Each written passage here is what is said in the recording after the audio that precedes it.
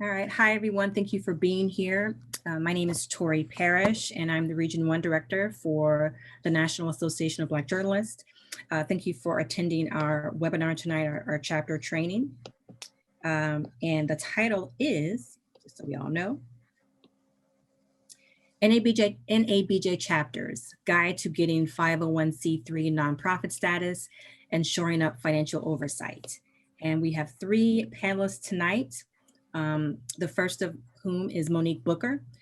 She's a certified public accountant and founding partner at SB & Company LLC in Owings Mills, Maryland. She has more than 20 years of experience providing accounting services for nonprofit and for-profit entities. She oversees audit quality and implementation of new auditing standards at her firm. We also have Diara M. Holmes, and she is an attorney at Loeb & Loeb LLP in Washington, D.C., and Diara is the co-chair of the tax-exempt organizations practice at her law firm, Loeb & Loeb. She has more than 20 years of experience counseling charities, colleges, associations, and other organizations on tax compliance and governance issues. And then we also have Brenda Butler. Brenda is a member at large and a three-term president of the Chicago chapter of NABJ. She's an experienced journalist with more than 25 years in newspapers and magazines. And under her leadership, the NABJ Chicago chapter was named 2009 Chapter of the Year by NABJ, and she has experience in helping a chapter get its nonprofit status back. That was something that she experienced as a member at large. So I'm going to let you all take over. And first we're going to have, so there's two parts of this session. The first half is how to get your nonprofit status, how to get it back, what you need to know, the ins and outs of that, the process, the benefits of it. And then the second half of this is about financial oversight, financial management of the chapter's funds. So having those checks and balances to prevent monetary losses. Session will be supposed to be an hour, but if it's really interesting and the sessions is going right and questions are hopping, we could stay longer. All right, so Diara, do you want to start your part? Sure, I'm going to share my screen. Hopefully it works. Okay. And I'm doing it from the beginning. Does that work? Can everybody see that? Yes. Wonderful. Well, thank you so much, Tori, for having me, and thanks to everyone for joining. And thank you to my co-panelists. It's been really great getting to know you all through preparation for this panel. Looking forward to it. And as Tori said, happy to stick around. There are some questions I have learned as a tax lawyer over the years. There are some questions people don't want to ask in the chat. So I also want to extend the invitation to reach out to me after the panel separately if you have questions that you just don't want to talk about on this panel. So what we're going to talk about today, as Tori said, we're going to start with just what are the requirements for 501c3 status. If you are among the chapters that don't already have it, we're going to just talk about that briefly. Then we'll talk about the steps to establish a new nonprofit organization if you don't already have one, and if you have one, how to do the application process, filing the IRS Form 1023 and the state versions of those forms as well. Just briefly, I want to talk about Form 990 because I think 501c3 organizations really underutilize that form. They think of it as just a regulatory requirement and don't think of it as an opportunity to tell your story and to talk to funders as well. And then we're going to talk about accounting best practices and internal controls, which are so important. There's no point in getting yourself into 501c3 status if you can't do the work to keep it. Monique will talk about that. And Brenda, you feel free to jump in anytime, but I'm hoping when we talk about applying that you'll jump in on the reinstatement variation on applying. Okay. So starting with the requirements, so under 501c3, there's an organizational test and there's an operational test. It's pretty self-explanatory. It stands to reason. You have to be organized exclusively for exempt purposes. Those are charitable, educational, scientific, literary, religious, right? In your case, in the NABJ chapter case, it's going to probably be that you're charitable and educational. A lot of chapters probably give scholarships. That's the charitable part. The educational part is holding conferences. It's the publications. It's the trainings. that kind of stuff is what falls in educational. So if your articles of incorporation don't already specify purposes in these terms, we want to look at your articles of incorporation and consider amending them, because they will get bounced back if you're trying to be a 501c3 and you don't have the magic language in your articles of incorporation. Another element of your articles of incorporation that's required for the organizational test to be met is your dissolution clause. So in your articles of incorporation, usually it's at the end, Article 10 or 11, there should be a statement about what your organization would do with the assets that are left over in the event that the organization decided to dissolve. The generic, most common form that I see is, in the event of dissolution, after payment of all outstanding liabilities and debts, the board of directors will distribute the remaining assets to one or more 501c3 organizations. That's the standard version. A version here that you might do is, specify another NABJ chapter that's in good standing and qualifies as a C3 upon dissolution, or to the national NABJ would be another way to go. Some organizations actually specify. But in any event, you've got to have some statement in your dissolution clause that limits all the dollars that are left over to be distributed to another C3. The operational test has to do with what your activities actually are. So your activities have to be primarily to accomplish exempt purposes. Exempt purposes as specified in your articles. So we want to be careful that you don't specify your purposes so narrowly that you end up operating what we call ultra virus outside of the scope of the purposes as you told the state you're going to operate. Fundamental requirement of 501c3 status, we call it private annulment, the prescription against private annulment. That is to say, none of the charity's earnings can inure to any private shareholder or individual. This doesn't mean you can't pay reasonable compensation for your staff or for your executives. It means you can't pay dividends, essentially. The fundamental difference between a charity and a for-profit organization is that, right? At the end of the year, if you had a good year and you made profit, you're not supposed to distribute that profit in any way to shareholders or to members in a way that would look like their shareholders. Instead, it's supposed to be, earnings are supposed to be reinvested back into the charitable operations. And then finally, and this one I don't think would affect any of your chapters, but just in case, you won't qualify for 501c3 status if a substantial part of your organization's activities are going to be lobbying. I'm talking to journalists tonight, so I don't think you're going to have lobbying, and I know you're not going to have campaign intervention. So we don't have to worry about that because you all operate on professional principles of neutrality already. So that bold language there, which I have to emphasize to pretty much all my other clients, including the churches, I don't think I have to worry about with this crowd, which is you may not participate in or intervene in any political campaign on behalf of or in opposition to a candidate for public office. I don't think we have to belabor that point. This is an absolute prohibition. So even $1, even in, accidentally on your website, someone posts vote for or vote against, or a statement that could be interpreted as vote for or vote against a particular candidate will get you in trouble. Of course, this doesn't mean your employees can't have, lives that involve political activity. You just have to be extremely careful that your employees are not using your 501c3 organization's platform or resources in any way to conduct their personal political activities. There's a revenue ruling. I just cited it down there if you're interested in learning more about that. This is for the visual learners, no more words, pictures for this slide. There's two types of 501c3 organizations. The default classification, what the IRS assumes a new 501c3 will be, unless you prove yourself out of that category, is the private foundation. These are your Gateses, your Hewletts, your Packards, your Robert Wood Johnsons, and also your family foundations. They primarily make grants to other charities.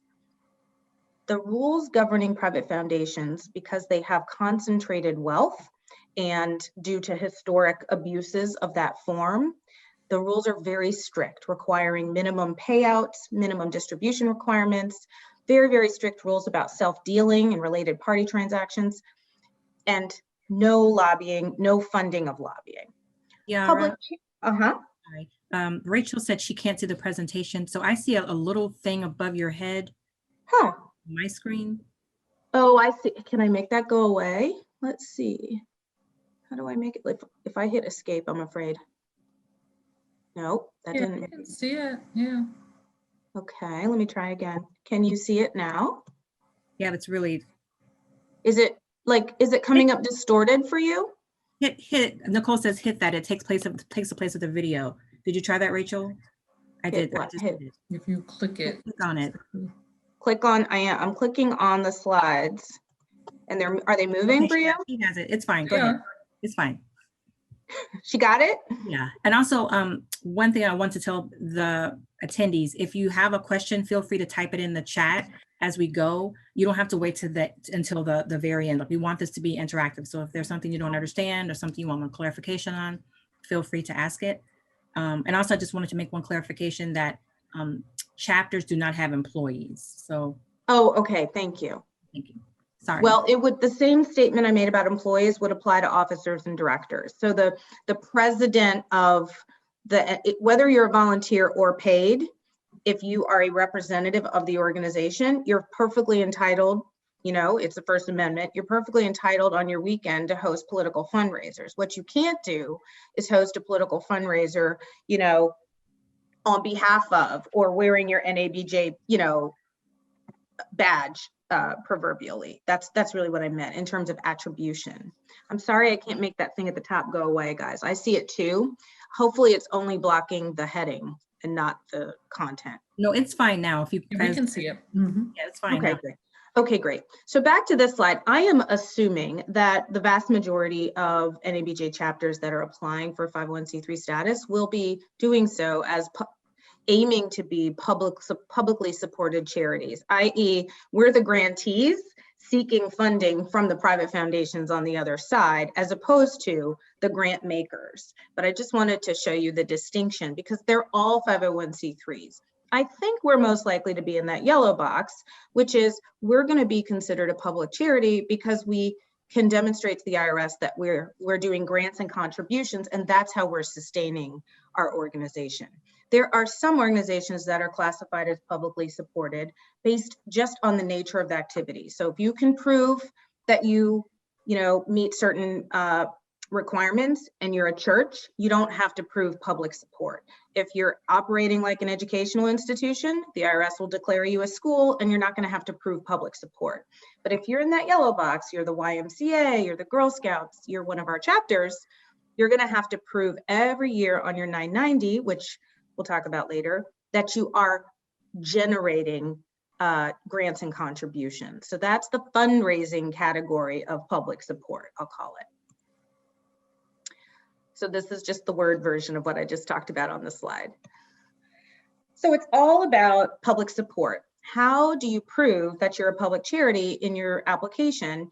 So you have to submit with the exemption application revenue projections for your current year and the 2 forthcoming years. So they get a total of 3 years of data. If you've been in existence for a while, it goes backwards. It's this year and the last 2 years.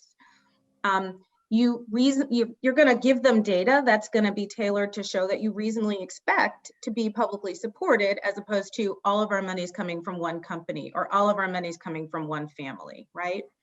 When you get that determination letter from the IRS recognizing the charity as exempt, you get that halo, that presumption of public charity status for 5 years. So you don't have to obsess about every nickel and dime for that runway of 5 years. Beginning in that 6th tax year, that's when you're first going to have to start filing every year on your 990 a Schedule A that Monique can talk about later, that it's going to show, it's not just going to show the year 6 data, it's going to show all 5 years leading up to that 6th year. It's just that you don't have to declare it and have the IRS measure it until that 6th year. And you're going to show them that you meet the public support test.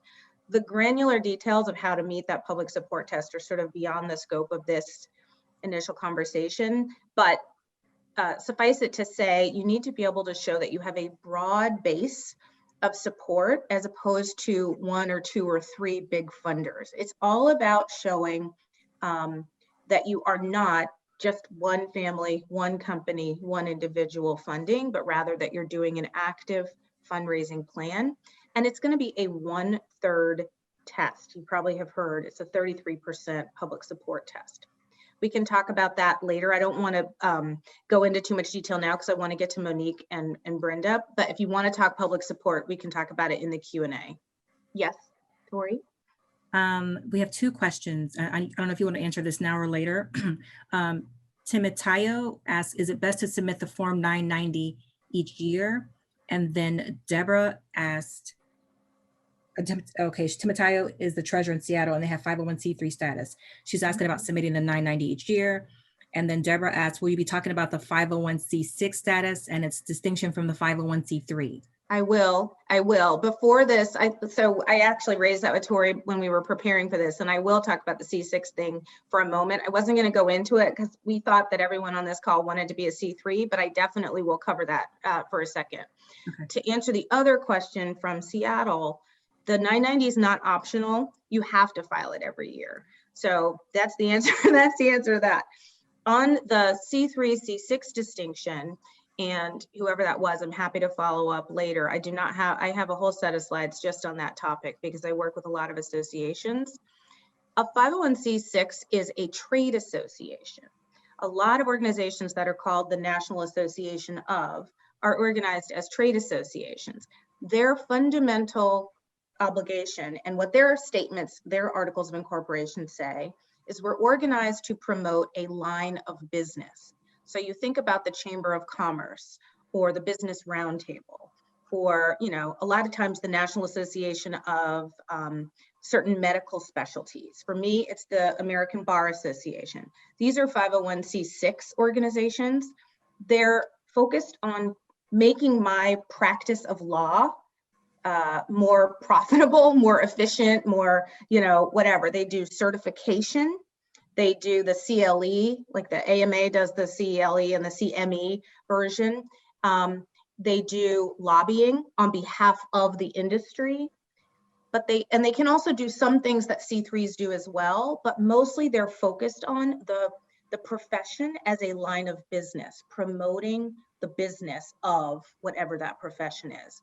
In contrast, charities are supposed to be focused on the educational side. So a lot of times what you see is companion sets. So you'll see, in my case, the American Bar Association is the 501c6 trade association. And that's the one that does the certifications and works with the bar. But then there's an American Bar Association Foundation that does the scholarships and some conferences and some publications and that kind of thing. I think that, well, the NABJ National certainly is a 501c3, and I think the vast majority of chapters are going to be C3s. But if you have specific questions about your activities and whether the IRS is going to push back and say you look more like a C6, let's talk about that. What's the fundamental difference in terms of tax consequences? You do not get tax deductible contributions if you're a C6. So your donors want you to be a C3 is my guess. If you're trying to get corporate sponsorship of your events or, raising funds from individuals, you want to be a C3 because those are tax deductible contributions. A C6 is tax exempt in that they don't pay taxes on their revenue, but they cannot solicit charitable contributions. So that's why a lot of times I see companion sets, because the organizations work together and one entity does the charitable stuff and can receive tax deductible contributions to fund that work. And then the C6 does the lobbying, basically, most of the time. Hopefully that answers your, oh, yes, Tori? Thank you. I was going to go back to Timoteo's question in Seattle. But she asked, I assume, I don't know if it's a man or woman. Timoteo asked the question about the 990. Will you talk about the postcard?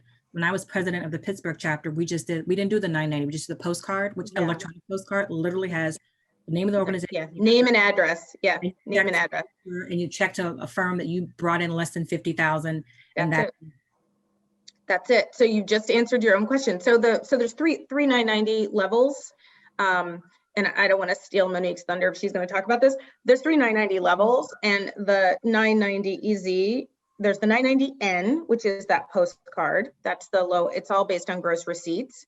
That's like name, address, we still exist, IRS, we're still here. Very, very easy online submission. They're all online now. The 990 EZ is the next level. You're going to answer some questions, who your board, who your officers and directors are, that kind of thing. And then the full-blown 990 is the third level. And it's going to vary year to year depending on what your gross revenues are.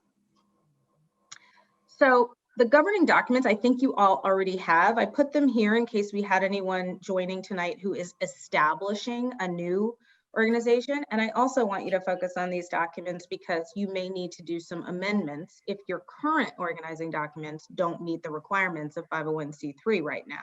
So you may already be incorporated, but you don't have that magic language about charitable and educational purposes. Your current articles won't suffice when you go to submit to the IRS for exempt status. With your bylaws, you may not need to do any amending. Just remember that your bylaws, you should probably dust them off and review them, or if you don't have some, prepare some, because these documents will be enclosed as attachments to your exemption application that you're going to have to submit.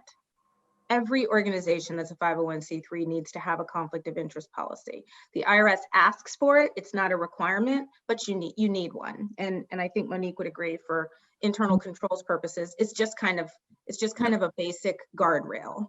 Yep, I would agree. So the application itself is IRS Form 1023. It looks scarier than it is, to be honest. It's a bunch of questions, but you know, are you going to make grants? Are you going to make grants to foreign countries? There's going to be a lot of things that chapters are going to be able to answer no perfectly happily. Are you going to lobby? Are you going to do this? Are you going to do that? It's a lot of pages, and then there's 8 or 9 optional schedules depending on which boxes you check. Most of those schedules are going to be irrelevant to you all. There's one that I think might be relevant to some chapters that give scholarships and fellowships, and that's Schedule H. So when you're completing the Form 1023, if you check a box, they ask a question, will you make grants to individuals for travel, study, or similar purposes? If you plan to give scholarships or fellowships, you have to check yes, and you're going to have to answer questions about your scholarship program. That's sort of how this form works. It's a streamlined form, but then depending on how you answer the questions, there are additional schedules to fill out. There are ancillary forms that you'll have to include along with your application.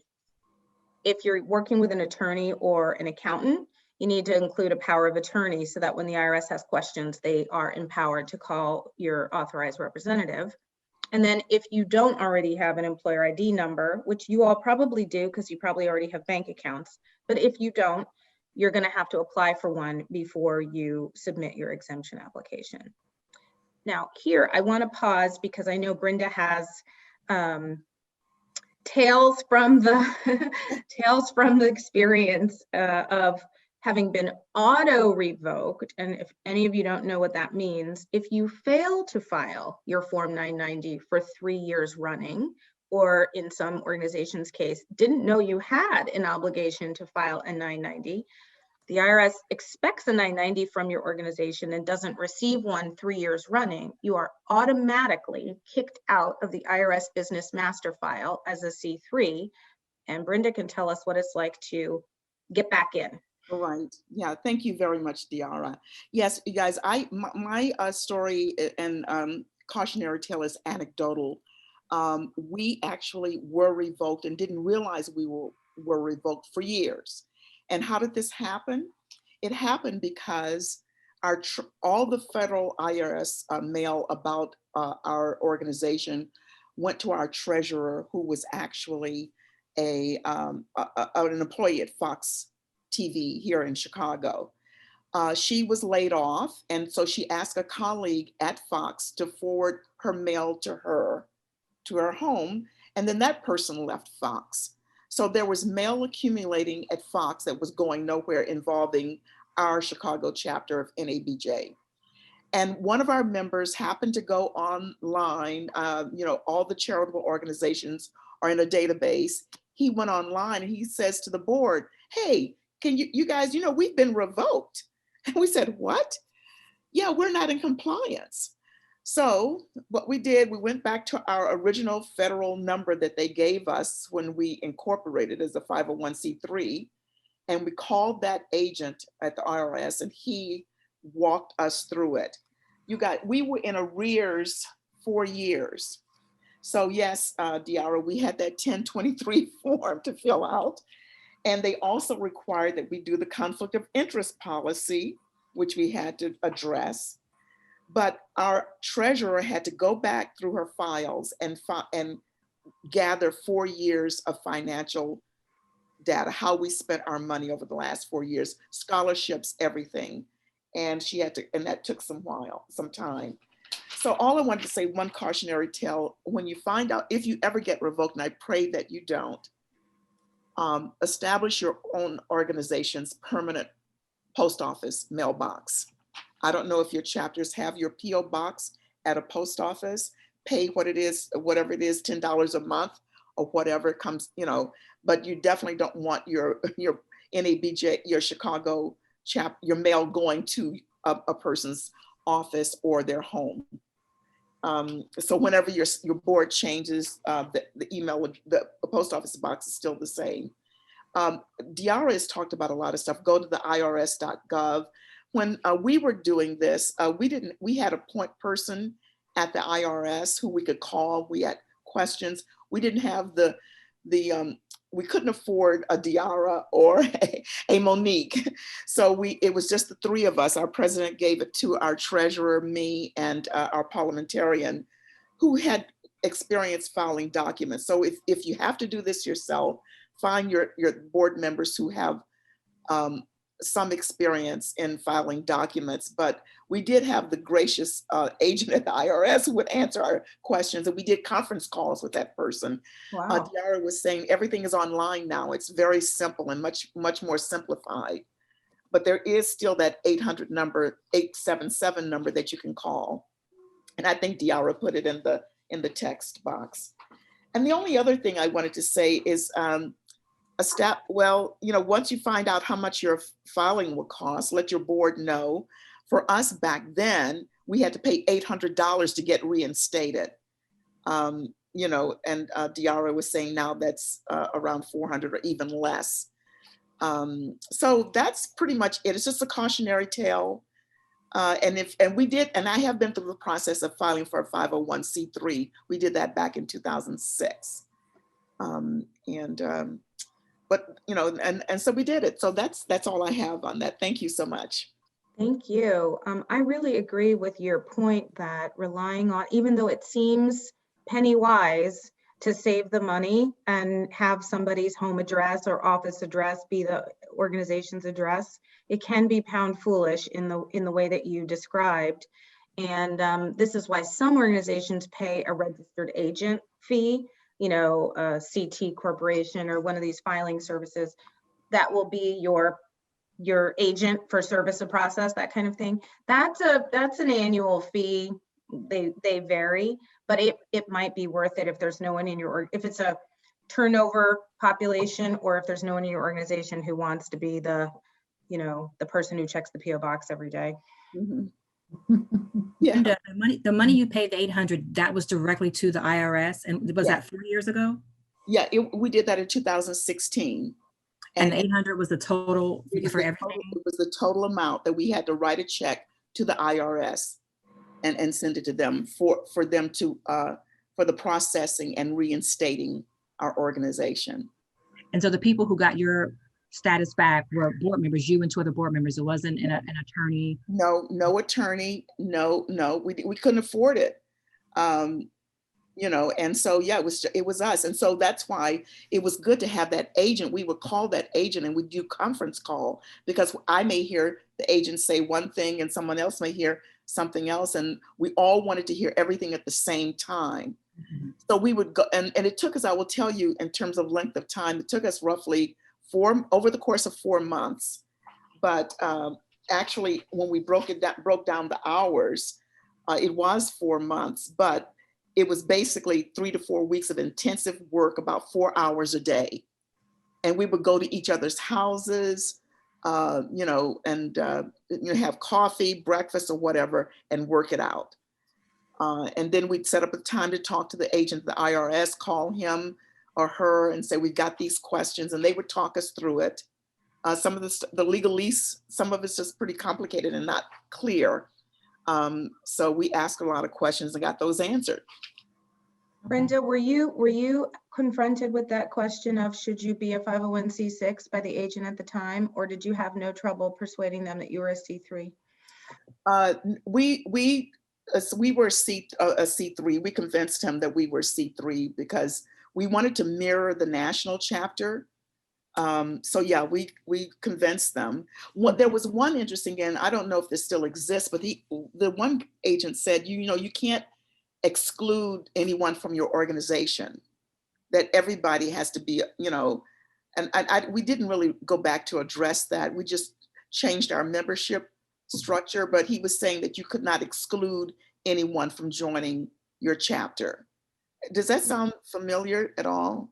That doesn't sound like a tax requirement to me. Well, anyway, so we just came up with a category for general interest, and we charge more. If you're a lawyer and you want to join, if you're a school teacher who's not teaching journalism and want to join, you would have to pay that. But anywing. But they couldn't vote. They couldn't vote, and they couldn't run for office. Correct? They can't serve on the board. No, we're fully vetting them, and they have to be a member of the national and the local. The officers do, et cetera. Great, thank you. Thank you very much, Brenda. Thank you. And guys, I have to go off to another meeting, but if there are any questions, just maybe you can send them to Toya, and she can forward them on, but that's all I have to contribute. But you're getting some really good information. I wish we had this information when we were undergoing this. Well, it's so nice to meet you, and take care. Have a good meeting. Thank you. Nice meeting everyone. Bye, Brenda. Bye-bye. Thanks, Monica. Okay. We have a couple questions. Oh, go ahead.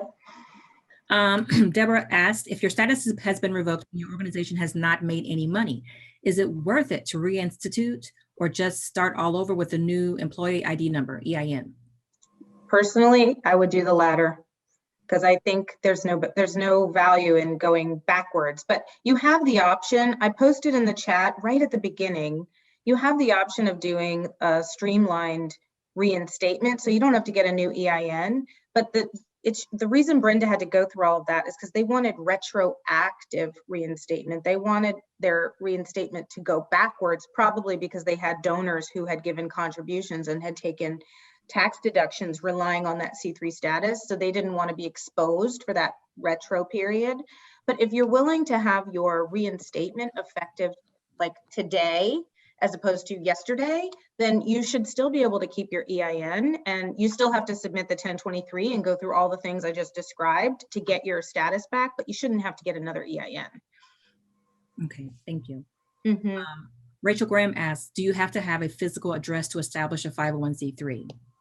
Yeah, I don't think you can use a PO box on the 1023. I actually think you have to have a street address. Okay, thank you. So in addition to, on the cost, someone asked about the cost, might have been Tori before the call. So I just threw this up here before the call. The Form 1023 that I just mentioned is the default is a $600 user fee, it's called, that you have to enclose a check with the application. But there's a variation, 1023 EZ, which is a much shorter form, and that fee is $275. The difference between them is if you are willing to attest that you're not expecting to have gross receipts exceeding $50,000 for the first 3 years of operation. So if that sounds right to you, then you can, in good conscience, use the easier form and pay $275. Does the IRS come after you if it turns out in year 2 you made more than $50,000? I haven't seen that happen yet. But if you submit a budget projection of $1 million and then you pay and you're on an EZ, you're going to get kicked back, and they're going to ask you to fill out the real form and pay $600. You also have to do state filing. That wide range that I give right there is just because I don't know how many states we have represented here. I do a lot of New York and California filings because those are I'm admitted to the New York and California and DC bars. In California, there's some, sorry, not California. In New York, the very first filing with the Secretary of State is $135. The equivalent form in many other states is like 25 bucks, right? In every state, there's going to probably be 3 filings. You've got the Secretary of State, which is where you're incorporated, and every year you're going to have to file some kind of update to let them know you're still there. You're going to have the Attorney General's office. They're going to have a charities bureau. They call it different things in different states, but there's a charities office in every Attorney General. They have an initial filing, usually that's pegged off of when you had assets, i.e. a bank account in the state. And then you're going to have the tax authority. In California, it's the Franchise Tax Board. Whatever the state version of that Form 1023 is, you're going to have the same information that you populated that form with. You're going to have to do it for the state as well. Otherwise, you could get stuck paying state income tax, even though you've gotten federal tax exemption. So remember that.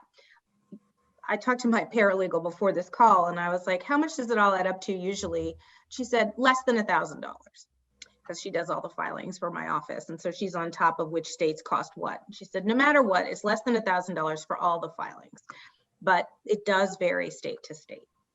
And then of course, if you're planning on doing charitable solicitation across your border, for example, organizations that operate in the tri-state area, you might be a New York nonprofit public benefit nonprofit corporation, but you're going to be raising money, having fundraisers or whatever in Connecticut and New Jersey. You might have to register in those states as well.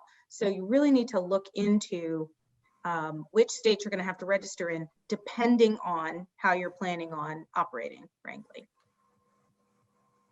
Because I don't want to take up Monique's time, but on the Form 990, I just want to say for those of you who are filing the whole form, not the postcard, not the EZ, but for those of you who have revenues substantial enough to have to file the whole 990 form, I just want to put in a plug for looking at that form as more than just, answering the questions the IRS requires. There are opportunities on that form, your bigger donors, your corporate donors, and of course regulators, not just the IRS, but the state regulators, read certain schedules. And you want to use your 990 to convey, in addition to there's nothing going on bad here, you want to also convey all the good that is going on there. You guys are journalists. I don't have to tell you that journalists pull charities 990s and do all the media exposés. I mean, the NRA is falling apart in New York in large part because of investigative journalism where people were looking at their 990s, right? So that's a bad story. Look at the Trump Foundation. I could think of a lot of them, but it starts with somebody pulling the 990s for the past 10 years, studying them, comparing them to other filings that the same organization is making with other government agencies, noticing the gaps, noticing what's not there, and that's how it starts. So take your 990 seriously as an opportunity to tell your story. Yara, sorry, I want to, it's now 7:38. Is it okay if we go to Monique's part? Yeah, I was just skipping. Yep. And then, I was just about to say that. So on slide 13, you guys can just learn about the schedules I was going to talk about, but let's go straight. I was just about to go. No, I was going to say there are a lot of questions. So could we go to Monique and then come back to you if you're okay with that? Of course, of course. And a lot of questions in the Q&A. But absolutely. So, Monique, do you want to, we don't really have to swap out the thing. I'm willing to be your slide changer if you just want to tell me when. That's fine. We can do that. Save time. Okay. Well, good evening, everyone. So it sounds like a lot of questions, a lot of interest in the, not-for-profit status and getting that established or obtaining it again if for some reason it's lost. So what I want to be able to talk about is, as once you become that 501c3 or C6 organization, there's financial accountability that has to be there. You have formed a business. That's what it is. So what I want to talk about is just what are some systems of internal controls that you really should have in place? And this is for what you might consider that tiny not-for-profit, it really doesn't matter. You really have formed a business. So there's just certain things that you want to have in place. You really want that system of internal controls. And that's what we're going to talk about. Next slide.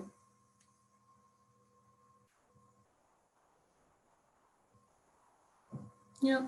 And it's interesting because, you hear internal controls, and I think you say, tourists say, oh, we're volunteers, right? So you go, oh, do I really need to have that in place? I'm among colleagues here, right? I'm among friends, so I don't really have to have those things in place, but you really do. Whether it's an employee, whether it's director, volunteers that are operating the organization, you really have to have a system of checks and balances in place, and just kind of that trust one another. That's okay. And that friendship could be there. But if you both want to just make sure everything is transparent and it's in order when someone else needs to come in and take on roles and responsibilities, you really got to think about what are some basic controls that can be put in place that everyone can follow.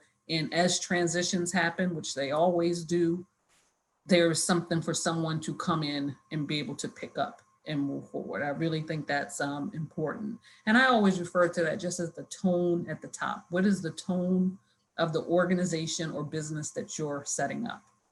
And you really have to set that as the founders, as those individuals setting up that organization.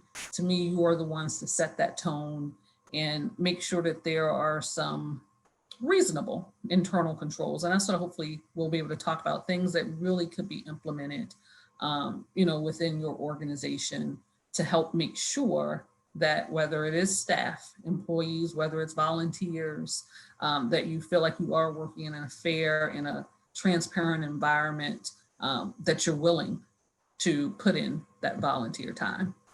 Next slide. All right, so when we talk about internal controls, what is it? It's really to put in place as a system, right? That you're putting in place so that you can help prevent misuse of whatever assets you have within your organization, right? I mean, I know we've all, unfortunately, probably heard, stories of fraud or theft within organizations, and what those internal controls are to help prevent that, right? Is it 100%?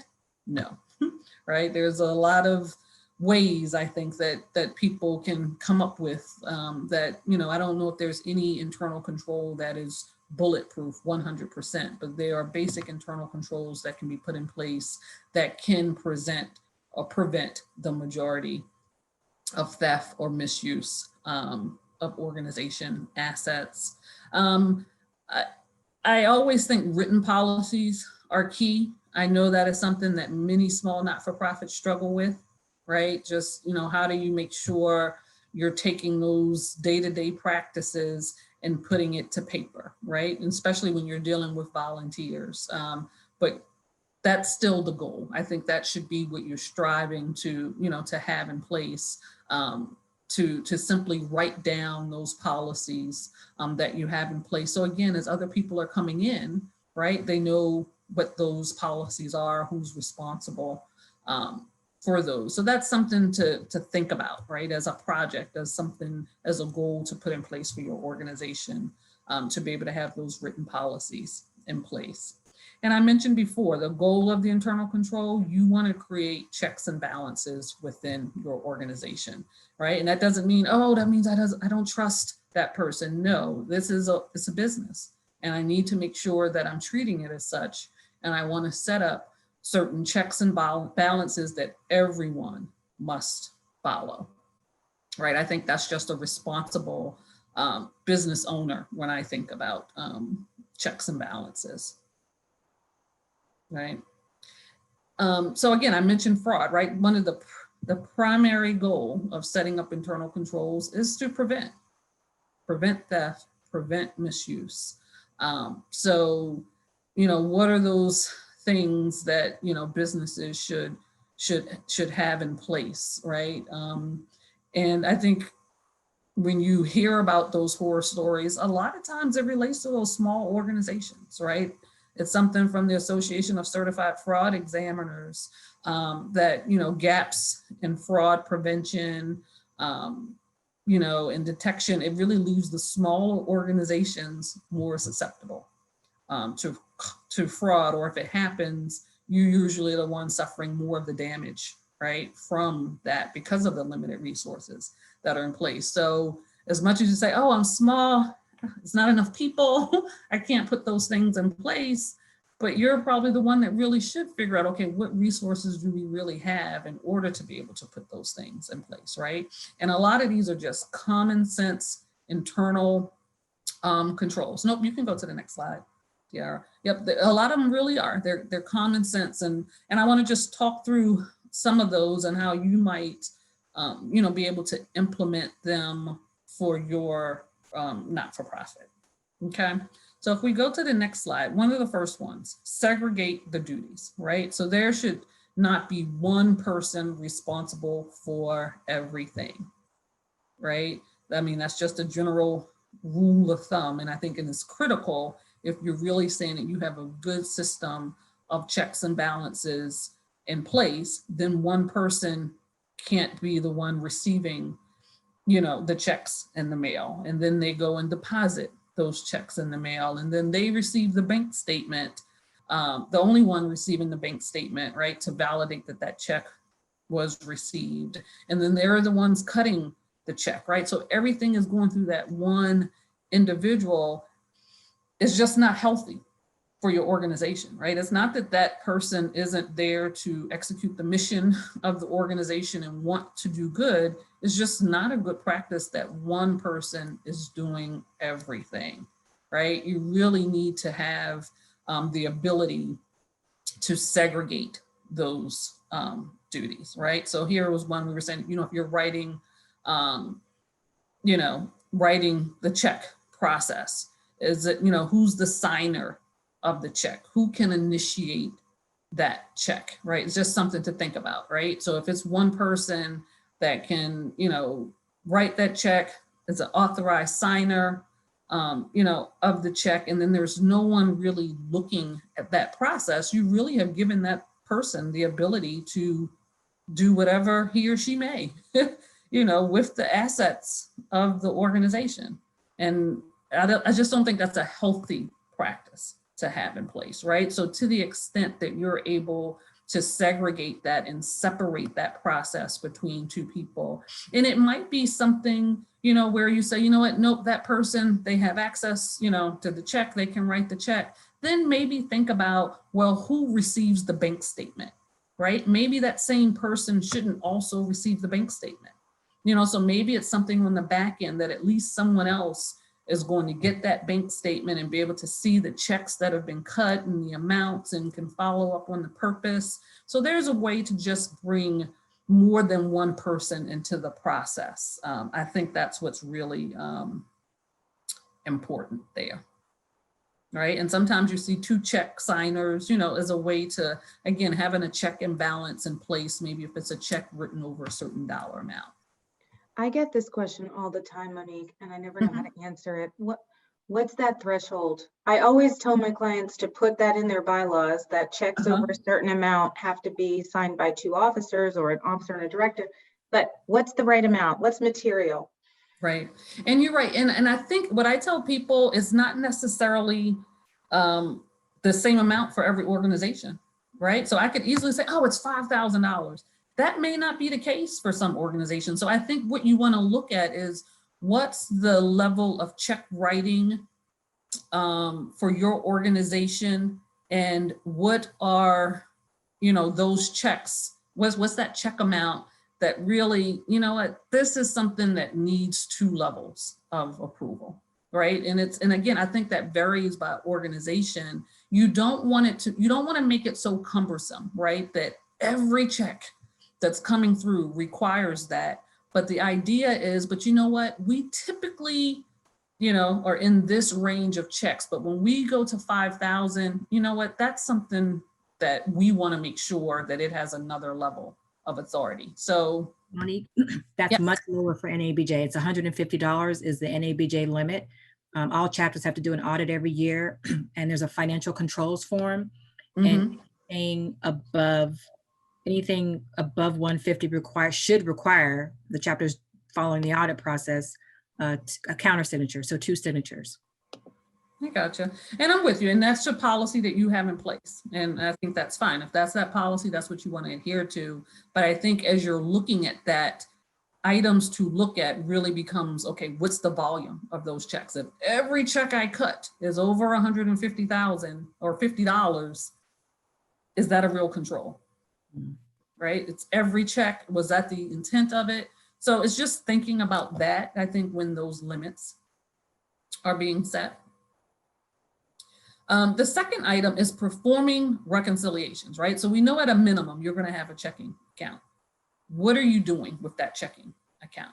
Who's making sure that the activity that's coming through that checking account is proper, right? And really making sure that you know what's available within that bank account for the organization, right? So, making sure that at least on a monthly basis, there is someone, and again, I go back to segregate the duties, right? So should the person that's reconciling and looking at that account be the same person that has the ability to deposit and write checks from the account? If there's a way to separate that responsibility, again, it's just a way of putting more checks and balances in place.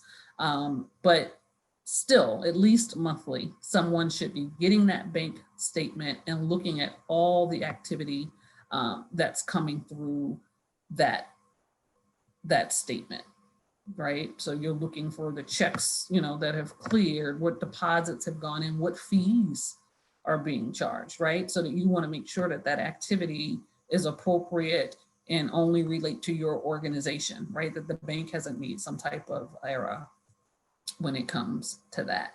And really defining who will perform those procedures and then who has access to that, right? So once that reconciliation is done, is there, someone within the organization that's going to review that on a monthly basis? Does that reconciliation become part of your monthly reporting package that needs to go somewhere? You want something to be able to be done with that reconciliation.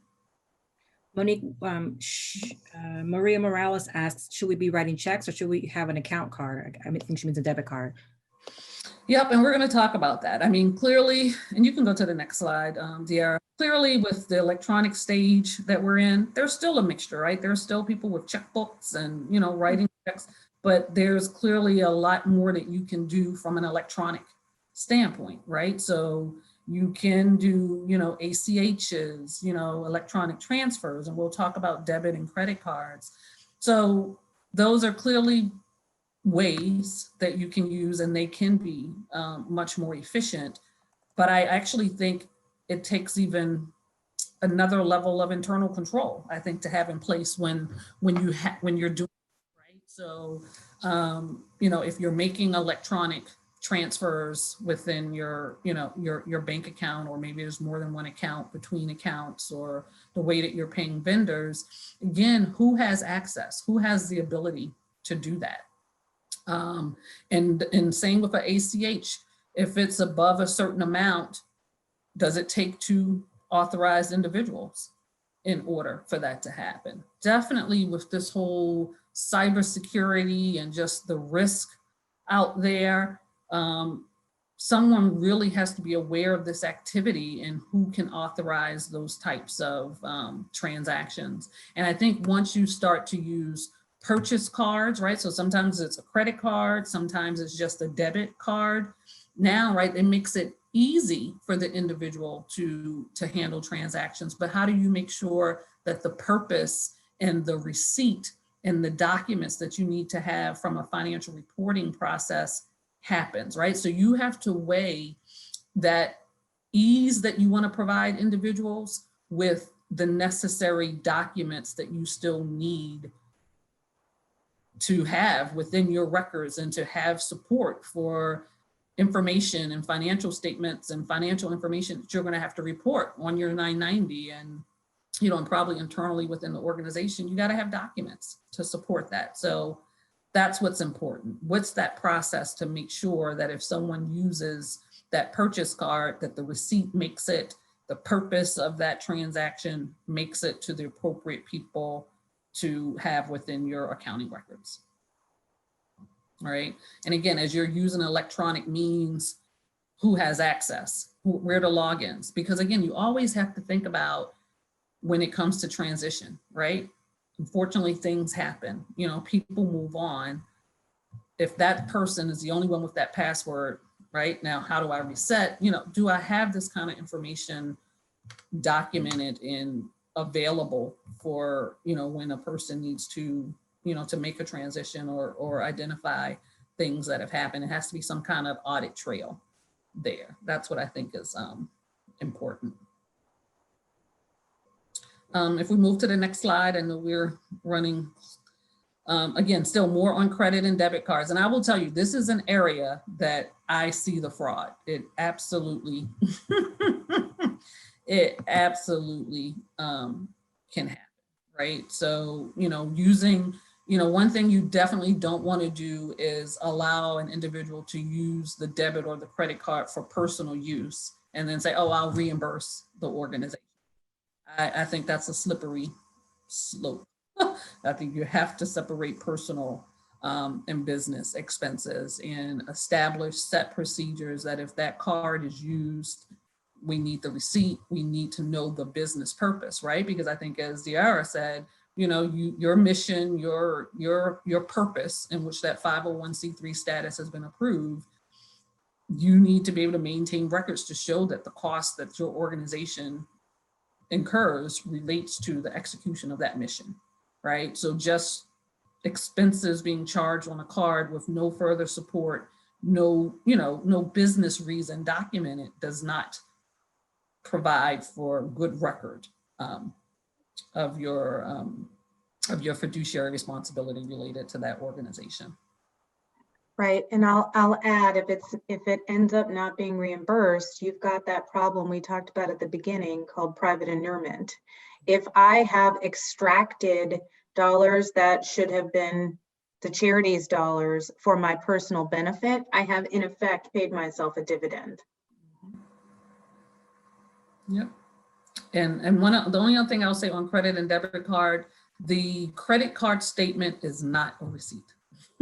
The credit card statement does not provide that evidence, right? You need the receipt from the individual, from the vendor, the company that they made the transaction, right? And ideally you want something on that document for what the purpose was. What was that business purpose for that transaction? So yes, it's convenient to have them, but you need to have the documentation to support the activity on those. Next slide. Can I ask a question, Monique? Sure. This question comes from Rachel Graham. She says, can you touch base on best practices and reimbursement of members who pay for organization items out of pocket? So I'll say, before you answer, Mm-hmm. former chapter president who took over a chapter that had a lot of mess going on, I can say that it was run like a small country church. And people would just be like, oh, I paid for a so-and-so for Miss Smith. Can I have my money? Can I get a reimbursement? There needs to be some policies and procedures in that of how that happens, and people not just buying stuff and assuming they're going to get reimbursed because they bought something very nice, a very nice sympathy card for so-and-so, or a plaque or a trophy or a teddy bear. There needs to be policies that you have within your chapter over reimbursements. And one of those is no receipt, no reimbursement. And one of those is not buying stuff that hasn't been approved by the chapter. Mm-hmm. That's yep. All of those are good. All of those are good, Tori. And one of the things I recommend, you're right, in addition to having that policy in place, right? So it's communicated with everyone, everyone knows, okay, I need to bring a receipt for those sympathy cards that I purchased, but even having a template, having a reimbursement form, right? So if that happens, here's the form you have to complete, right? That's going to talk about, that's going to have, okay, what's the date in which I purchased it? Where did I purchase it from? What was it for? What was the business reason for this? Here's the amount, attach the receipt, turn it in, and then you can be appropriately, reimbursed. So and to have a good accountable plan, what what's the timing of that? If I incurred the expense yesterday, last night I paid for dinner for, I don't know, for a source, I guess, I don't know. What is the time before which, is there a time after which it's so stale that it shouldn't be reimbursed? Right. Yep. And you can absolutely put that in place. I think it's very reasonable, right, to say within 30 days, you are submitting that for reimbursement, right? And I guess depending on your industry, and I don't know if it's a bunch of travel, you might even say 45 days, but I think it is a good idea to set a time so that you're right, someone's not coming back. Oh, 6 months. Oh, I forgot about this. 6 months ago, I'm sorry, our policy says that the request needs to be made within 60 days of the transaction. Outside of that period, it's not being reimbursed. And I think where the issue comes in is if it's not clear policy, right? Or if that policy isn't shared and it isn't known, then the person's like, well, what do you mean? I didn't know about that. So that's where the written and just the transparency of what's in place so that you can hold people accountable for what you've put in place, I think is important, right? So you can't just write those policies and now they sit on the shelf, right? And no one sees that. But that's a good point, that you should establish some time frame. And I don't think it should be long. I really don't. I think no more than 60 days. I think it's more than reasonable that a person can get that request in within a 30-day. Me too. I really do.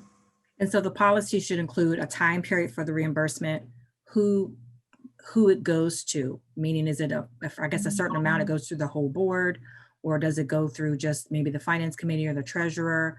And I'll probably already falls under the policy if it's, I think if it's a check, it should be a check. It should not be cash. Nobody should be reimbursed in cash also, ever. Right. With 2 signatures, I assume if that's what your chapter requires. Was there anything else that should be in the policy? Did you say the reason, the substantiation part of what it was for specifically? Yeah, I guess the explanation of the connection to the purpose, Exactly. I do. I think the business purpose is so important, right? Because you can purchase, anything from Target, from Walmart, and it can have a valid business purpose or it can have a personal purpose. So it just needs to be explained, because that's the key, that it was a business purpose, right? So if someone comes in and say, oh, well, what are all these costs? You at least have someone saying, nope, this was the purpose, that's reasonable, and you move forward. But I do think that piece of it is very important. Okay, move to the next slide. And I actually just saw something come up in the chat. So one question was, should the expense be approved in advance, right? Ideally. I'm sorry, what did you say, DR? I just said ideally. Yeah, exactly. I was going to say, if you're in that situation, right, or if you're in that position where that's, a policy that, I guess that really can be followed, that's clearly what you want, right? That someone is saying, okay, you know what, I'm going to get ready for this event. I need to go out and purchase X, Y, and Z. Is that okay? What's my budget? Right? And that's already been approved. And maybe that's something that could even be on that, approval form. Clearly, I think that's ideal. We just know in a lot of practical situations that doesn't happen. But I would clearly say that's a best practice if it can be done in advance, right? And if you want to be as stringent in your policy to say if it was not approved in advance, then it's not reimbursed, right? So you really have to determine for your organization, what's that level of restriction and protocol you want to have in place. But I think it's important, if you're going to put that in your policy, you need to follow it, right? You want to make sure that you're holding people accountable for it, right? And not a lot of exceptions to that norm. So you just need to think about your organization and what makes the most sense for you to have in place. right? And again, there's a lot of electronic, but I will tell you, there's still people, manual checks, right? Checkbooks. You got to think about this. Those have to be secure, right? Who has access to them?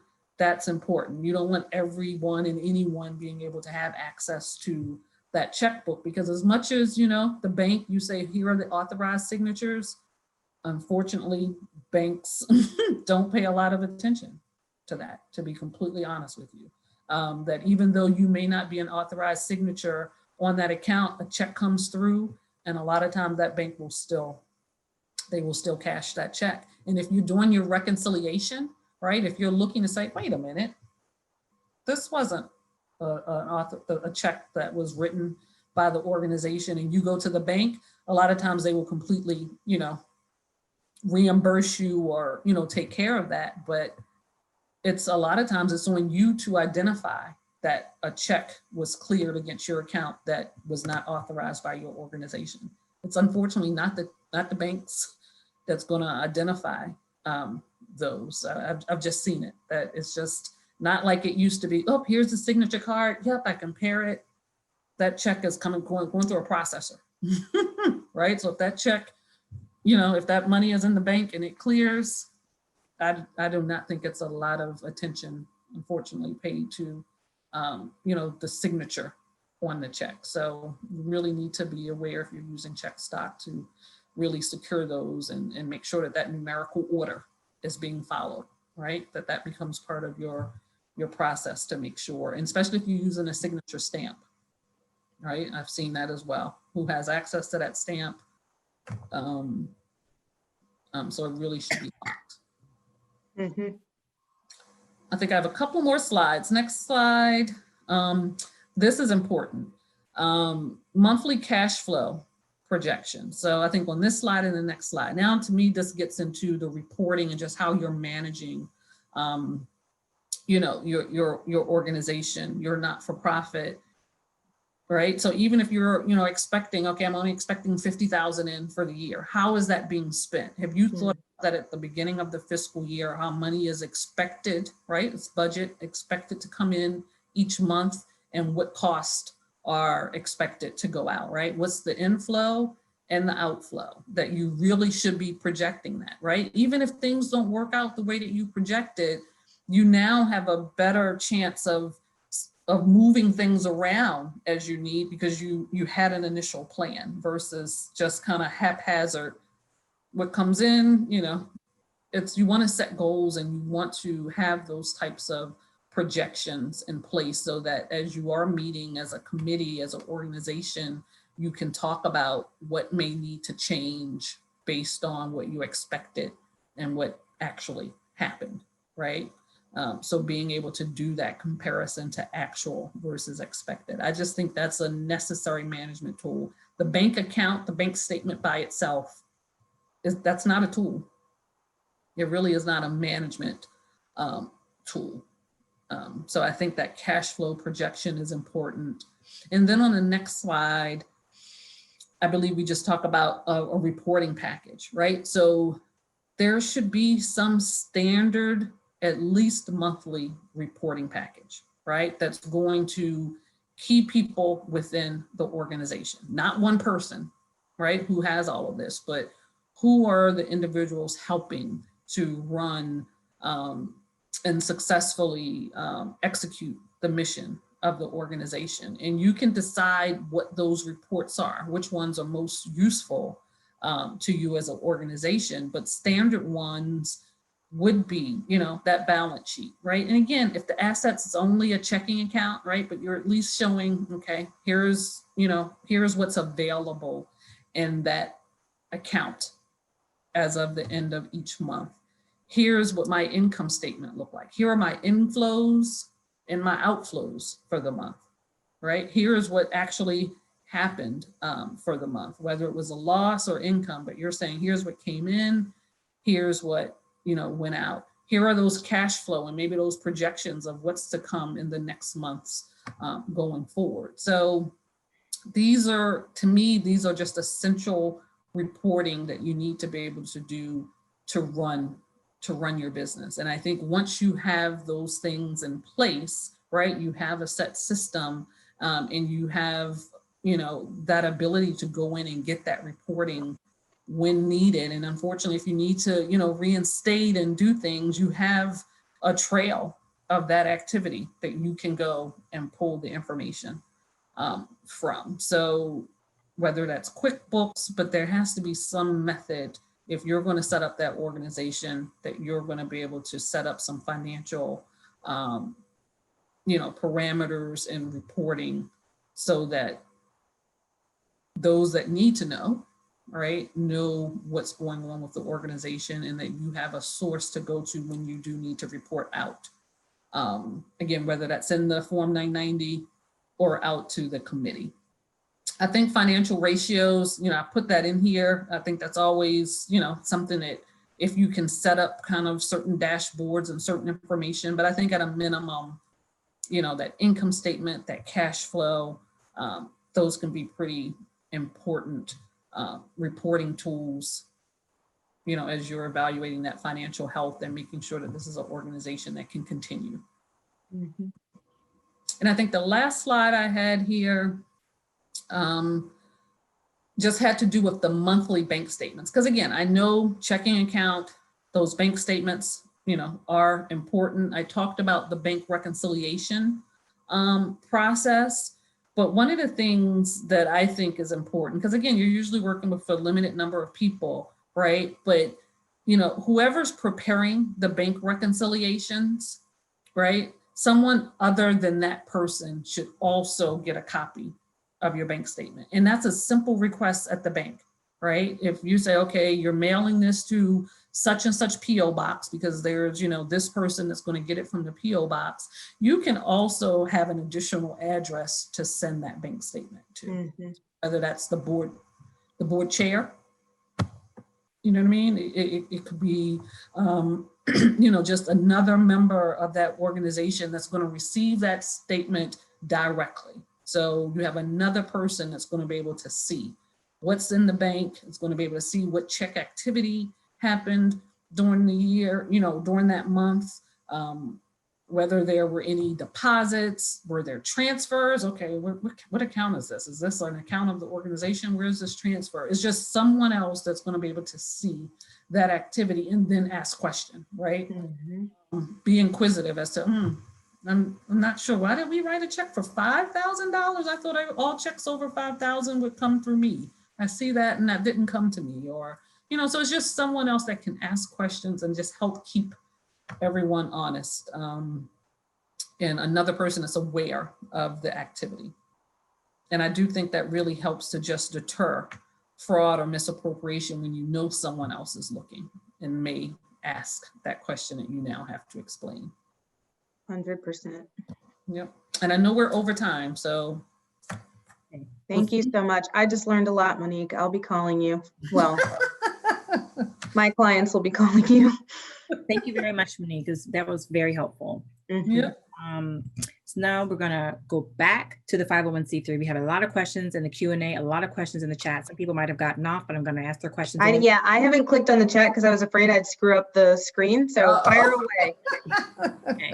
One of the questions came from Michael, who said, is there a form for reinstatement with the nonprofit status? Is there you're going to be filing that same Form 1023.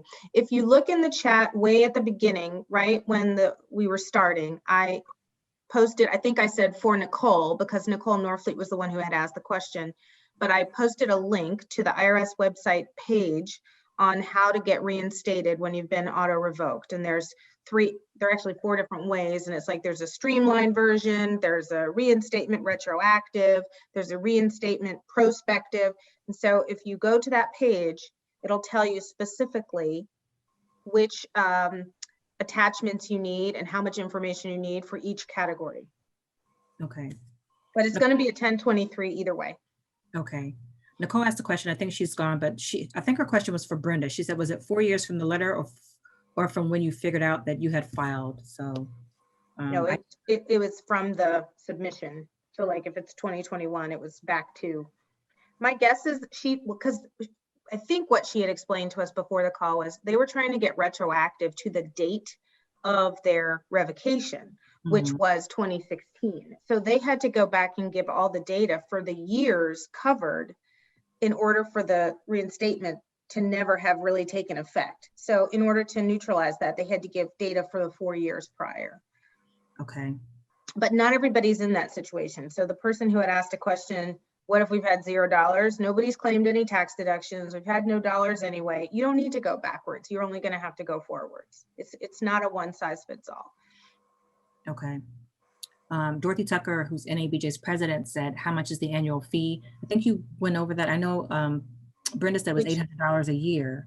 Which annual fee? So there's not going to be an annual, the exemption application is a one-time. You know, Monique, I don't think there's a fee to file the 990, is there? No. No. Yeah, I don't think so. There's the annual fees are going to be at the state level. So, you know, like my clients that are Delaware corporations have to do an annual filing March 1st in Delaware. And then if they're operating in California, they're going to have to do annual filings with the Secretary of State, the Attorney General, and the Franchise Tax Board in California. Each of those agencies, depending on your state, is going to have their own filing fees. So count on, you know, $150 of fees every year, but not all in one place. And unfortunately, not filing the Form 990 can result in penalty. Yeah. But to file it, there's no fee. And it's online, which makes it sound really easy, but that doesn't actually make it easy because you still have to complete the form. But it is easy to upload. Okay. Angela asked if there will be recording available. She wasn't able to join. Yes, there will be a recording. It will be sent to NABJ to put on NABJ's website. She says she has a for-profit EIN. Will I need to do a separate application for a 501c3? Yes, you're going to have to apply and you're going to answer a question on the 1023. Is this organization a successor? That's the magic language. And you're going to have to fill out Schedule G because it's an organization that it's essentially converting. But what you're doing is succeeding to the for-profit form. And you should email me offline. We can talk about that. But I don't think you need a new EIN, but you do have to file the Form 1023. Okay. Maria asked, she said, I'm confused between the 1023 and the 990. Can you explain again? Yes, the 1023 is the application on the front end to be recognized as a 501c3 organization. That's the form you need to file for the IRS to give you what we call a determination letter that your donors are going to ask to see. You're asking for permission to be recognized as a C3 so you can get tax deductible contributions. The 990 is after the fact that you're going to file every year. It's your tax return, except that you don't pay tax unless you have unrelated business activities. But that 990 is an annual information return on which you file with the IRS to tell them what you've been doing. And it's the IRS's way of learning how you've been spending your money, if it's been in accordance with 501c3. And frankly, it's what the IRS reads to decide if you need to be audited, right? So that's the form that tells the IRS who are your officers and directors, what kind of transactions you've been engaging in, did you enter any joint ventures this year? There's a whole slew of questions intended to see if you've been complying with 501c3 status. Okay, thank you.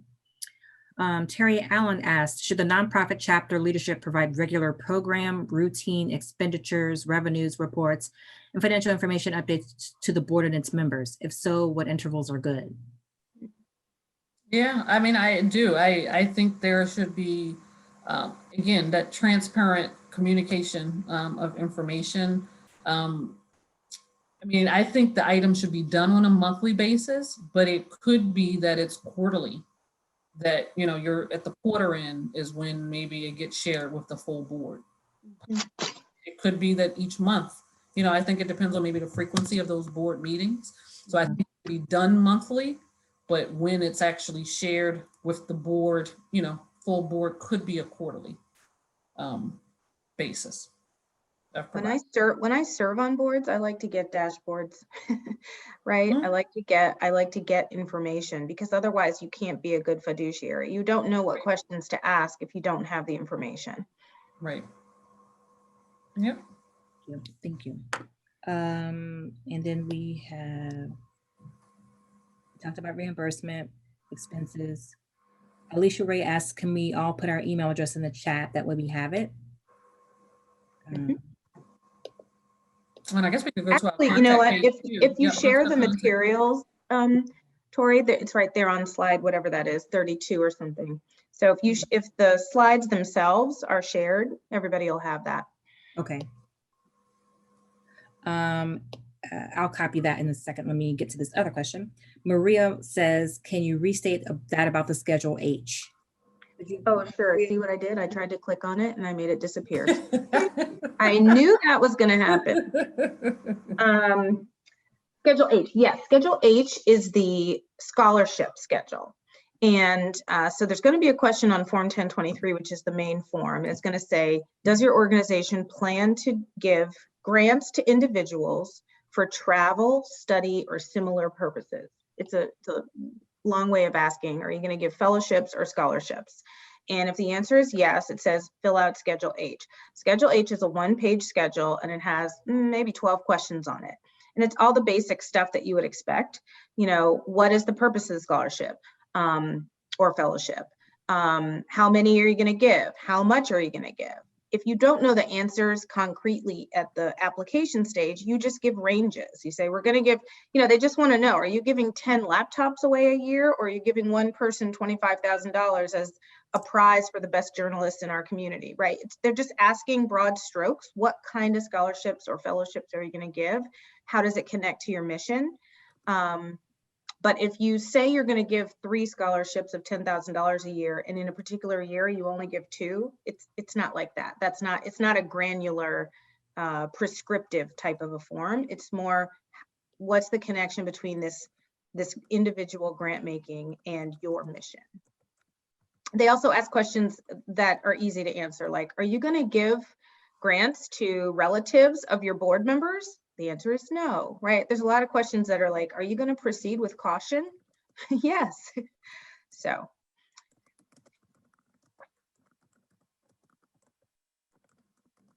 You're on mute, Tori.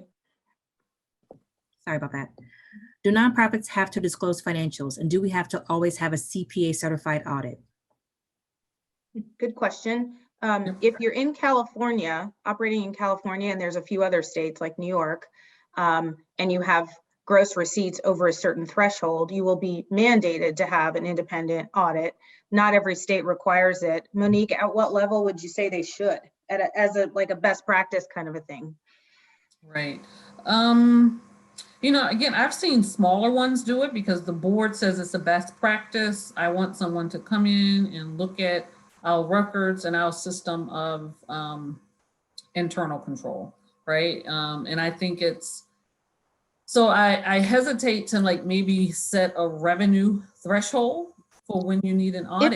If it were free, if it were obtainable for right, free, you would say everyone should do it. Yeah. Right. Yeah. Right. So you're right. So I guess it does become, can you afford, right? Do you have the cash flow to be able to, to perform an audit, and then you can have levels that's lower than an audit. You can have a review, which is a lower level of assurance. It's not a level of assurance at all.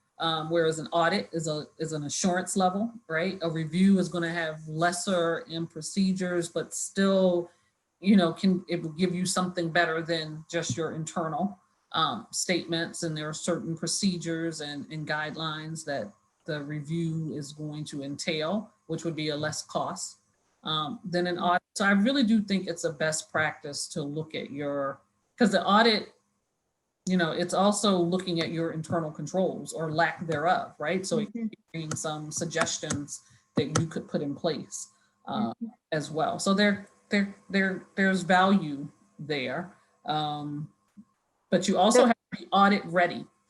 Yeah, you do have to be audit ready.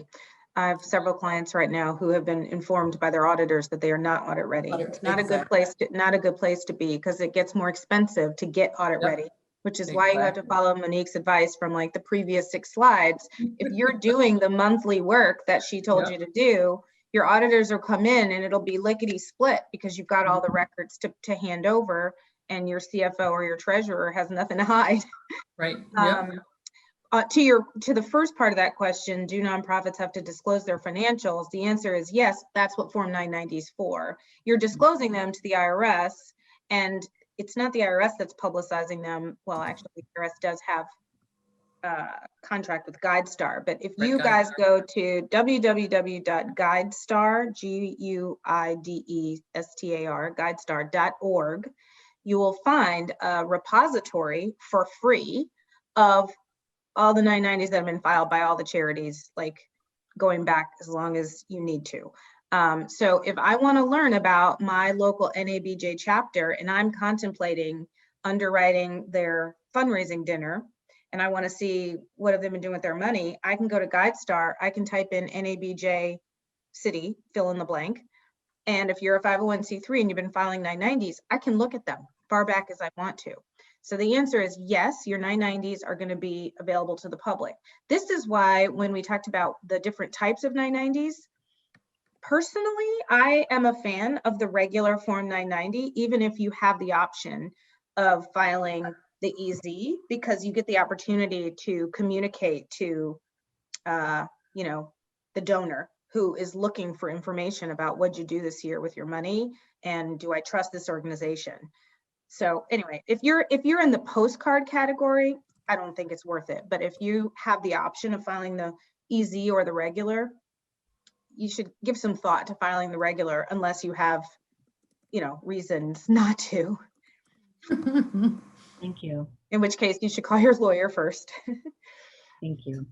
Next question is, how do you file taxes with the 3 agencies? Will we get a form in the mail prompting us to submit, and is it due at tax time in April? So not all of those agencies I mentioned are tax agencies. Hopefully only one of them is.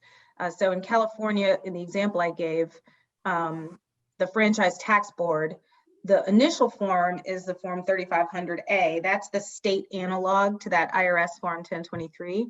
And you file that once. And yes, you should get prompted by the state, whoever the principal officer was, whoever it was that filed it.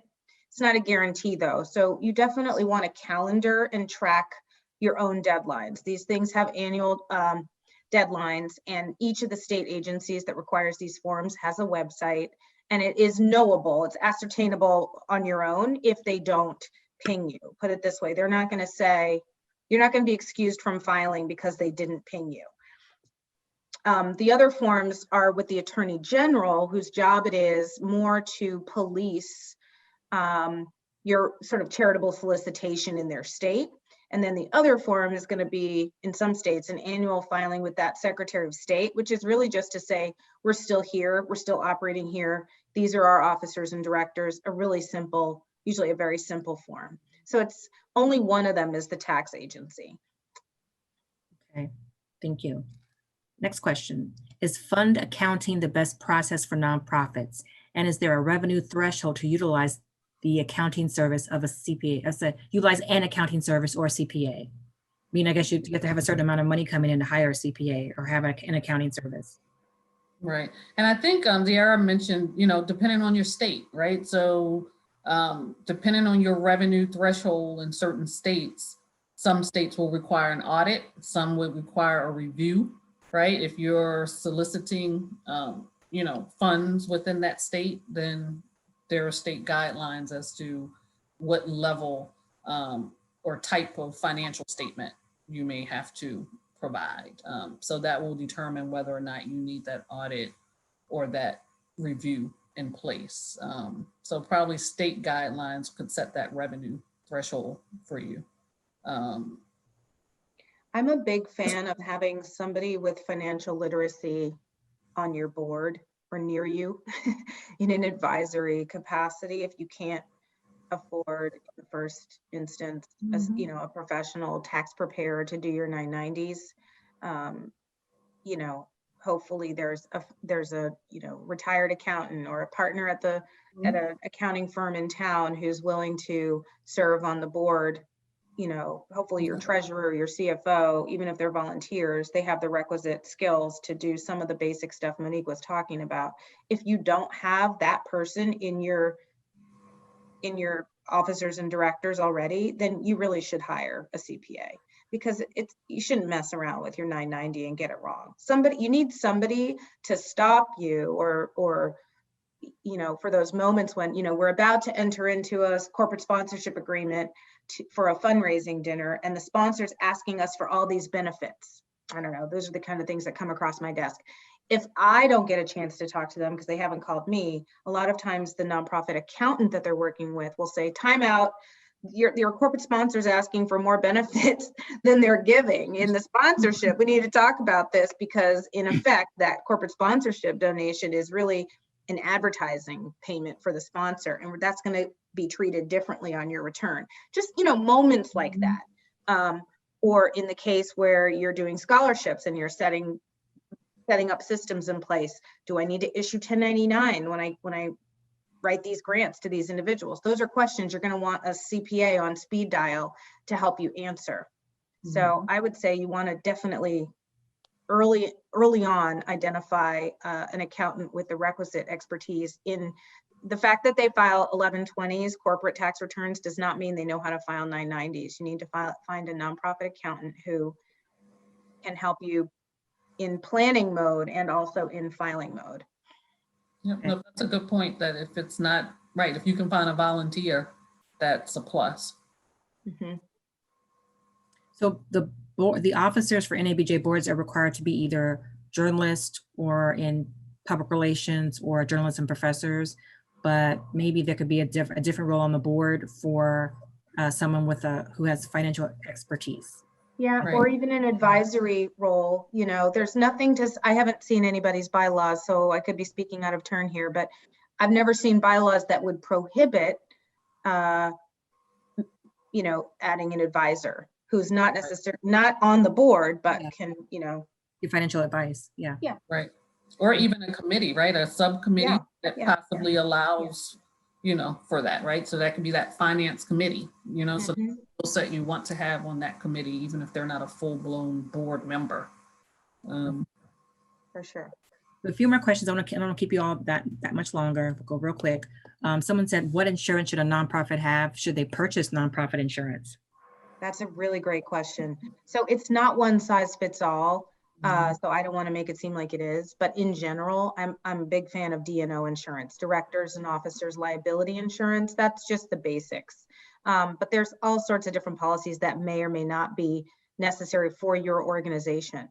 So, I don't know how much you're doing, whether you need cybersecurity. That's the thing right now. How much data are you collecting? Do you have anybody's personal information? Maybe it's your membership list, who knows what, but if there's the potential for a breach in data, you may want to get cybersecurity liability coverage.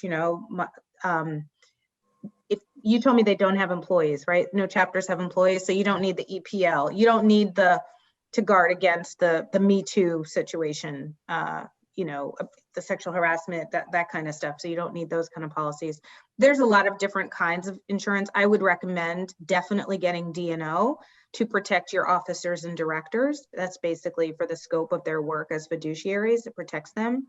But as for the other kinds of insurance, I think that's a case-by-case analysis, and you should talk to a broker. Okay.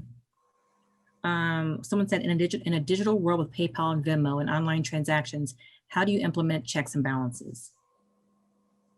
You have to ask for documentation, right? So even in this digital world of the PayPal going in and out, if there's someone that's reconciling that bank account, right? So there's someone looking at that activity of ins and outs, and that individual needs to make sure that there are records to support those ins and outs. So it has to be someone responsible for looking at that activity and making sure that there are records to support it. So again, I know we're in this electronic world. We want to make it easy for people, but you still have to request and have a way of documenting what those transactions are for. So to me, that gets you back to your reconciliation process of someone looking at all of that activity and saying, do I have the proper support for that receipt or that, transaction that was PayPal'd in or PayPal'd out, what was it for? You need to create documentation to support that activity. I feel like this was already answered. What financial statements are required for nonprofit organizations? Did you guys answer that already? I think so. The financial statement is different than the 990. So I think they're asking that one to you, Monique. Yeah, so if we're talking about a set of financial statements that meet the accounting rules, you're going to have a balance sheet, or you're going to have a statement of position. It's going to show what are the assets, what are the liabilities, and the remaining net assets of that organization. You're going to have a statement of activities that's going to show all the revenue and the expenses, gains and losses for the year, and you're going to have a cash flow statement. As well. And then you're also going to have a new requirement. It's called a statement of functional expenses. So it actually shows the reader by program, programmatic expenses, general and administrative expenses, fundraising expenses. You have to be able to show by natural class that function, right? So by salary, how much salary was program related, if any. And I know we have volunteers here, so maybe rent, if you're renting space, so some of that's programmatic, some of that's admin. So those are 4 statements that are required in a set of financial statements for a not-for-profit. Okay, we have 3 more questions. Should a 990 annual financial statements be available to the membership and public? I think you answered that. So yeah, they're not going to be delivered to the public in any, anyone can go to GuideStar and see your 990, but they're not going to be able to see all those things Monique just listed. Nobody's going to get your cash flow statements or your other than your end of the year balance, which is going to be on your 990. They don't have access to that stuff. I think it's a governance question of how much you want to share with members. A lot of organizations have an annual report that they give to members, and there's some, packaging and polish involved in that, plus some data delivery, but it's also a success stories, an opportunity to put the organization in the best light. I don't know if you need to give members all of that information. The 990 should be, I think it should be on your website. I mean, you're giving it to the IRS is giving it to GuideStar. Right. The one thing that is excised from the GuideStar version is Schedule B. So you don't need to be posting on the website who your contributors are. You have to tell the IRS who your substantial contributors are on a specific schedule to your 990, but you don't have to post, their names, and your donors probably wouldn't appreciate if you did, on your website. So take your Schedule B off your 990, and that should be something that I should be able to go to your website and see, because I shouldn't have to go to GuideStar to get it. And as journalists, we all know that we all have asked for 990s. Like you can walk in off the street and ask for. You can. That's right. That's right. Thanks to Section 6104 D of the Internal Revenue Code. It's a section on public inspection. Anybody can ask you, and you have to provide your last 3 990s and also that exemption application, that 1023, and all attachments to it. You can charge somebody for reasonable copying fees, but you can't tell them no, they can't have it. So my view is, if you got to do all that anyway, why not just be transparent and have your 990 on your website? You get extra points with Charity Navigator and Better Business, BBB Wise Giving Alliance, and all of those sort of watchdog organizations that are, ranking charities on various measures, and transparency is one of them.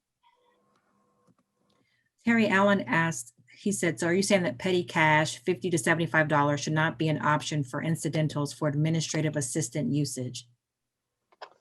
I mean, you can still have petty cash accounts, but I still think it should be an accounting for it, right? So if someone's going into petty cash and pulling out $20, there should be a receipt. There should be something put back in that petty cash box that says I used $20 for what have you. So it's minimal, right? But nonetheless, it's an asset of the organization.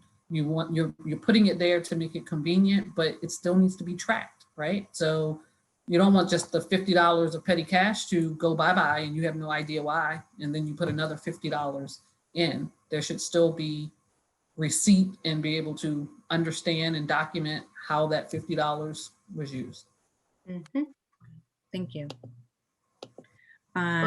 Next chat, Monique will discuss, when does petty cash become fringe benefits? Someone asked, is there a place to find simple templates or tools for some of this financial management, i.e. budgets, monthly reports? Yeah, I mean, unfortunately, I think you can even go out to Google on some of those. But you're right, I can't spill off a website right now, but there absolutely are balance sheet, income statement, templates, cash flow templates that are out there on the internet to be able to use.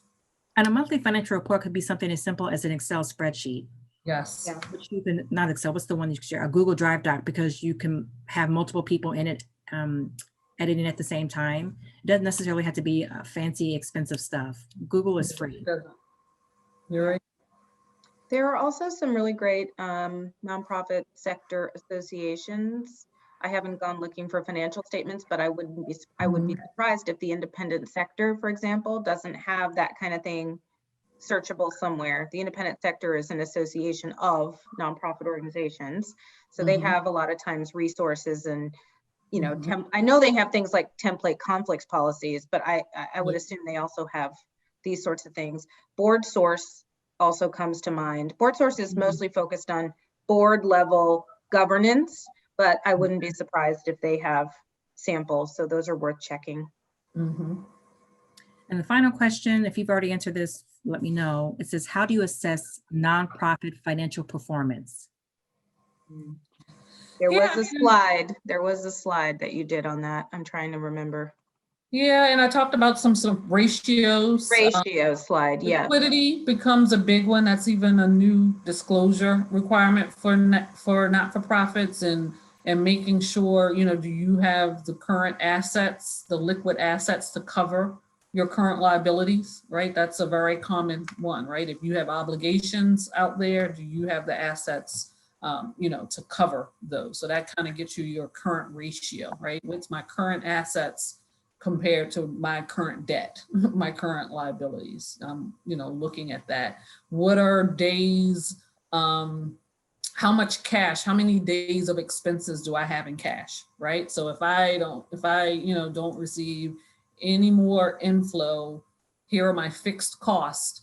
How many months, how many weeks can I go based on that, right? Because a lot of times you want to establish thresholds, right? Do I always want to have 30, 60 days of cash of expenses on hand? So there's dashboards and ratios and thresholds that could be set, that's what you're monitoring each month to see if you are in adherence with those goals. Well, that's all the questions. I thank you both for being with us tonight. I really appreciate it. We went way over, but I think there are a lot of good questions. I think there's a lot of interest in this.